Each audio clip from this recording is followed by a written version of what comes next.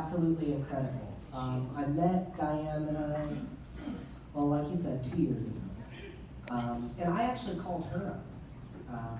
Which I rarely do. I called her up and I was figuring out how I could get involved in Iowa, in the child welfare scene, which is crazy because I'm from Iowa, and I worked around the country in child welfare in DC, and LA, and Dallas, and moving back to Iowa, things had changed, and I didn't know how to get back involved.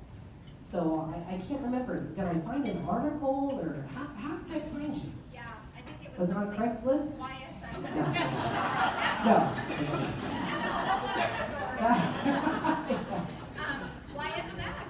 It was, yeah, actually it was YSS, yes, that's right. YSS sent out a thing about the gingerbread run, I believe.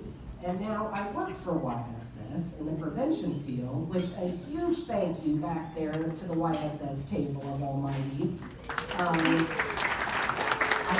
am Andrew Allen up here, our CEO. Thank you guys so much for being here. So yes, I work now for YSS, Youth and Shelter Services, formerly known as, now Youth Standing Strong.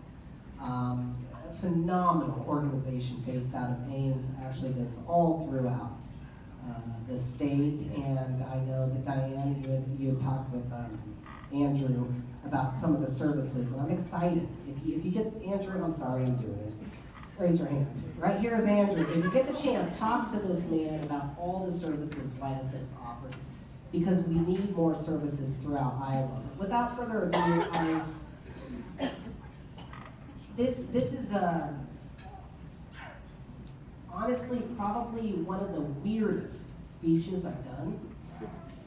And the reason I say it's probably one of the most weird or weirdest, however the grammar correct is because I have stewed over this, and I know my mother-in-law knows this, and I know my husband knows this, for about the past few weeks. And I do a lot of keynotes, I do a lot of speeches, but this one's been weird, Diana. I don't, is that what it is, emotional? I wanted to wrap this around, and it's ironic because how I did it. Renee, where you at? You inspired me, and inspired me in a way that goes completely into what I'm talking about. And so it's about this village, and I've never done this before, but I put together a little scrapbook. For those of you, I guess a lot of folks have read the Des Moines Register. My Facebook has blown up, my everything's about this Des Moines Register article that came out. And there's a lot of details in there that had never been released before. And I talked to him and I said, you know what, put it out there. You want to put it out there, I'm ready. I've never been to that point before, but I said, okay, I'm ready. So I also went up to my bedroom and I dug through a bunch of photos that I never went through, and I thought, you know what, I'm gonna put together a scrapbook for this. And this is how it starts.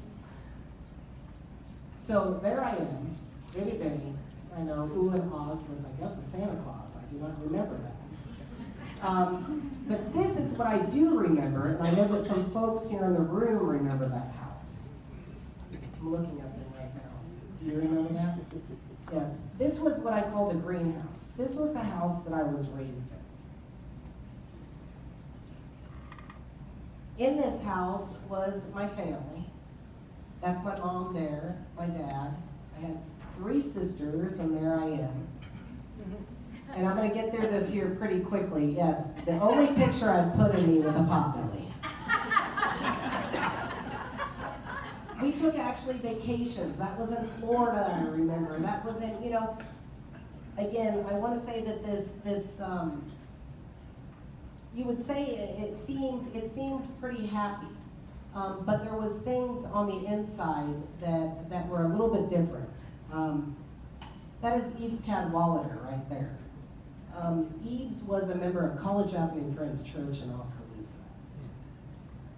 He and Iola were one of the members of College Avenue Friends, which we have some members sitting over there too, that helped me out quite a bit as a young kid get through life.